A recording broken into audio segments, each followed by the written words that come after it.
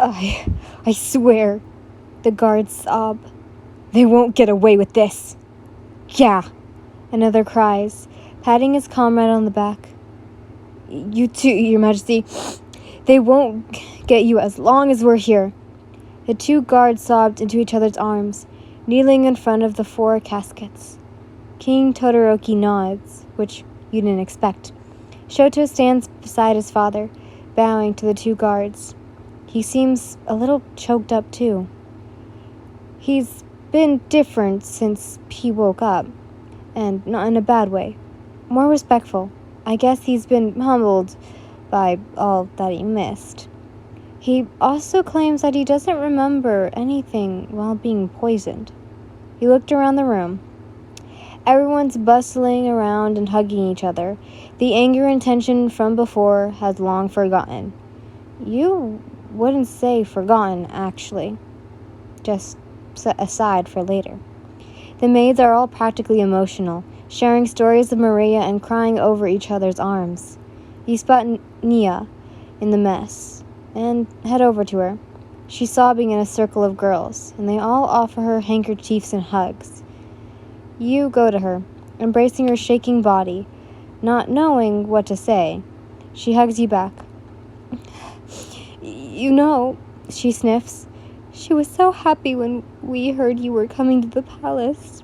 She said she was tired of being the maid of the grumpy king. Well, you reply, now she'll never have to.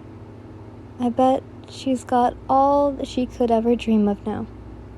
Yeah, she's in a better place. People started noticing your makeup drawn slash. People started to do it, mostly guards, but you were still slightly surprised when Takashi got in on it. A small knock on your bedroom door made you look up from your book. You stand up and straighten your dress, hoping it's Shoto. Instead, Takashi pokes his head inside. Princess, this might be a weird question to ask, but, yes? Could I borrow some makeup?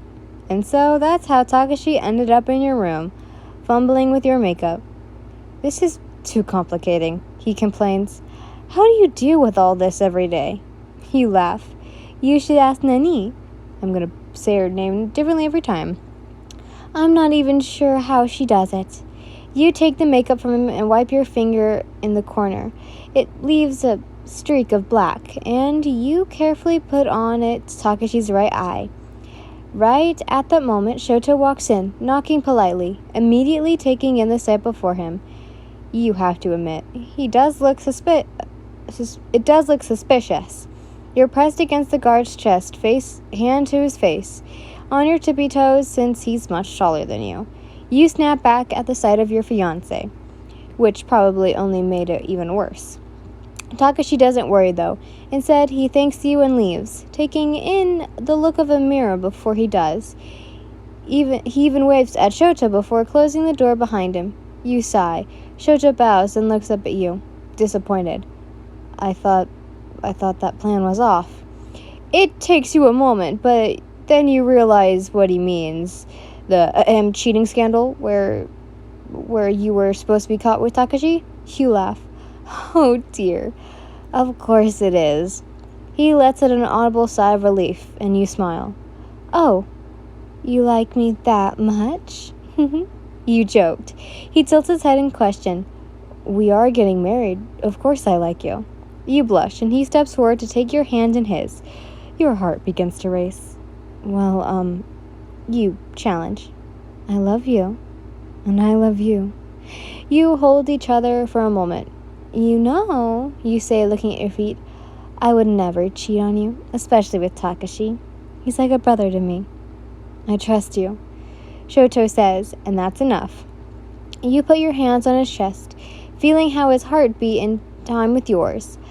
Shoto wordlessly takes your cheek in his hand, and he leans down to kiss you.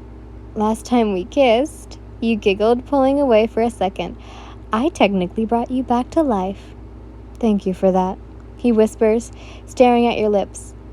I think I can control my quirk better now, so... You say, tracing a finger along his cheek, then bring it to bring your lips to his. Once Shoto left your room, and you were all flustered from the kissing and contact, Takashi decided to knock once again. Princess? He nods, and you let him in. You notice a small book clutched in his hands. A small smile played along his lips. Sorry I haven't told you until now, but... Takashi starts holding out the book. Hitoka's brother mentioned a diary when I spoke with him. A little searching and I found it. I thought you'd like to read it. You took the journal from his hands, flipping through the pages. It's well torn and dates way back. Have you read it? You ask the guard, looking up from the book. He shakes his head, a blush dusting his cheeks. Well, no, I felt it would be too private, and you should probably read it first. You say. Well, I'm done. You'll read it. Maybe it'll help you get your memories back? He smiles. Thank you. Though I find it a bit strange. You're right, you say, placing the journal on your desk. Maybe we shouldn't read it. We owe her that at least. Whatever you say, he bows. It's your call, Your Highness. He leaves, and once you hear the door click, you turn to your desk and grab the book. You slip open a secret compartment you haven't used in what feels like ages, glancing at the papers you ripped from the books long ago. You set the diary within them. You can't read it, not yet. You still have that picture of the innocent Hitoka in your mind. You're scared reading it would ruin what you miss. Your greatest fear, though, is reading her thoughts. Did she secretly hate you? Loathe the palace and its staff? And what of Takashi? Was it all fake to her? Just to play into his heart? You couldn't bear to know the truth.